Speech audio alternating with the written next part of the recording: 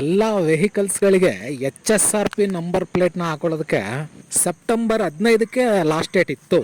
ಆಮೇಲೆ ಏನೋ ಕೋರ್ಟಲ್ಲಿ ಹಿಯರಿಂಗ್ ಬರ್ತದೆ ಅಂತ ಅಂದ್ಬಿಟ್ಟು 2 ಡೇಸ್ ಎಕ್ಸ್ಟೆಂಡ್ ಮಾಡಿದ್ರು. ಸೊ ಆ ಡೆಡ್ ಲೈನು ಇವತ್ತಿಗೆ ಎಂಡ್ ಆಗ್ತಾ ಇತ್ತು. ಅಂದರೆ ಸೆಪ್ಟೆಂಬರ್ 18ಕ್ಕೆ ಎಂಡ್ ಆಗ್ತಾ ಇತ್ತು. ಇವತ್ತು ಆ ಕೇಸನ್ನ ಹಿಯರಿಂಗ್ ಮಾಡಿದಂತಹ ಕೋರ್ಟು ಈ HSRP ನಂಬರ್ ಪ್ಲೇಟ್ಗಳನ್ನ ಅಳವಡಿಸೋದಕ್ಕೆ ಇದ್ದಂತಹ ಡೆಡ್ ಲೈನ್ ಅನ್ನ, ಲಾಸ್ಟ್ ಡೇಟ್ ಅನ್ನ ನವೆಂಬರ್ 20 ತನಕ ಎಕ್ಸ್ಟೆಂಡ್ ಮಾಡಿದೆ ಮತ್ತು ನವೆಂಬರ್ 20ನೇ ತಾರೀಕು ಈ ಕೇಸ್ನ ವಿಚಾರಣೆಯನ್ನ ಮುಂದೂಡಿದೆ. ಸೊ ಹಾಗಾಗಿ ಎಲ್ಲ ಬಗೆಯ ವಾಹನ ಮಾಲೀಕರು ಮತ್ತು ಸವಾರರಿಗೆ ಒಂದು ದೊಡ್ಡ ರಿಲೀಫ್ ಅಂತೂ ಸಿಕ್ಕಂಗಾಗಿದೆ.